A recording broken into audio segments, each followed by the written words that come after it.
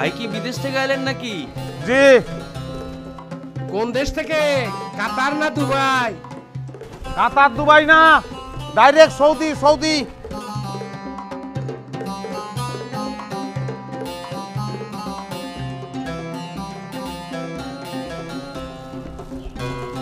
এই খারাপ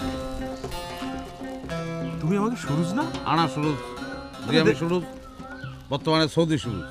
দেশে কবে আসলে? দেখেই তো বুঝতে পারতেছেন যে আমরা যাত্রা পথে আছি, বাড়ি পর্যন্ত পৌঁছুনি। তো তোমার বাড়ি তো দক্ষিণ পাড়া, তুমি ধাই ধাই করে যাচ্ছ উত্তর পাড়া। শ্বশুর বাড়ি যাচ্ছে মনে হয় আগে। আমি শ্বশুর বাড়ি যাচ্ছি না নিজের বাড়ি যাচ্ছি সেটা জানি তো আপনার কোনো লাভ নেই। শ্বশুর বাড়ি কিংবা নিজের বাড়ি, দুই বাড়ির কোনো বাড়িতেই আপনার দাওয়াত হবে না, সে ব্যাপারে আমি নিশ্চিত। ধরেন একটা খেজুর কান্দিনি। তোমার খেজুর তুমি খাও। এটা কি করেন আপনি? বুঝতে পারতেছেন?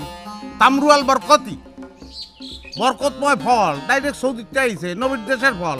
আর খেজুর খাওয়া হচ্ছে সুন্নত, সেটা অ্যাভয়েড করেছেন আপনি। খেয়ে দেখি। তো কথা আপনি ঠিকই বলেছেন। যাচ্ছি শ্বশুর বাড়ি, কারণ এই শ্বশুরে আমার বুঝিয়ে দেওয়ার দরকার আছে যে আমি সুরুজ কিটা। আমি সুরুজ যেটা বলি সেটা করে ছাড়ি। আমি সুরুজ সৌদি জাতি চাইছি, সেটা যে আমি ছাড়িছি, এটা আমার তাহলে বুঝিয়ে দেওয়া দরকার। ওয়াকি ওয়াকিং মানে কি? এটা একটা গালি, শ্বশুরে গালি দিলাম। আরবিতে গালি আছে? আরবিতে সব আছে। তো গালি কিসের জন্য দিলা? আরে সৌদি জাতি বাড়িনি বলে তো আমার শ্বশুর আমার বিয়ে করা বউর সঙ্গে সংসারটা করতে জানি। সেটা তো কারণ আছে, তখন তো তোমার চাকরি বাকরি ছিল না। হ্যাঁ, সেই জন্যই তো তারা বুঝাই দেবো যে আমি সুরুজ কেটা, যারা আপনি চিনতে পারেনি, বুঝাই দিতে হবে না। কিন্তু আসি। শুরু এই যে আমি তোমার খেজুরটা খাচ্ছি, কি যে অমৃত খাচ্ছি, কি যে সুস্বাদু, জীবনে এমন খেজুর খাইনি।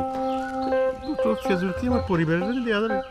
আপনার পরিবারের প্রতি আপনার মেলা ভালোবাসা, এটা আমার খুব ভালো লাগছে। বাজারের থেকে কিনে খাওয়ান। আর সেইখানে তো ওটা তো বরকতি ফল হবে না রে, তুমি ডাইরেক্ট নবীর দেশ থেকে বরকতি ফল নিয়ে এসেছো। ওটাও সৌদির ফল, সৌদিতেই আসে, টাকা দিয়ে কিনে খাতি হয়। যাই হোক, অসুবিধা নেই, দুটো খেজুর তো ধরেন।